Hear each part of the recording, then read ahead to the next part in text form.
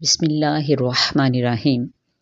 دعا کا ادب ہی یہ ہے کہ دعا کو پورے یقین کے ساتھ مانگا جائے، خلوص کے ساتھ، امید کے ساتھ، محبت کے ساتھ، توجہ کے ساتھ، دل سے مکمل ایمان کے ساتھ دعا کو مانگا جائے۔ ایسی دعائیں رد نہیں ہوتی۔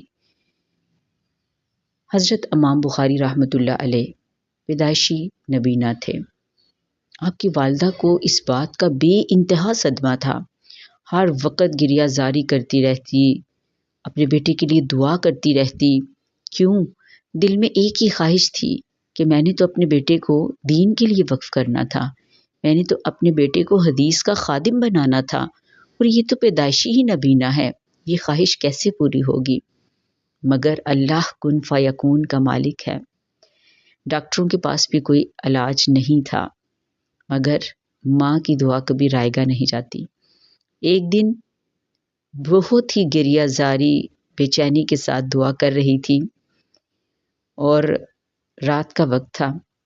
سوتی ہیں تو حضرت ابراہیم خواب میں تشریف لے آئے اور کہا، تیرے رونے کی وجہ سے، تیری آہوزاری کی وجہ سے اللہ رب العزت نے تیری دعا کو قبول کر لیا ہے، تیرے بیٹے کو روشنی مل گئی ہے آنکھوں کی۔ جب امام بخاری اٹھتے ہیں تو ان کو آنکھوں کی بینائی مل چکی ہوتی ہے۔ اللہ تعالیٰ نے اس نبینا بیٹے کو ماں کی دعا سے اس مقام تک پہنچا دیا کہ قرآن پاک کے بعد سب سے عظیم کتاب امام بخاری کی ہی لکھی ہوئی ہے۔ یہ ہے دعا کا معجزہ۔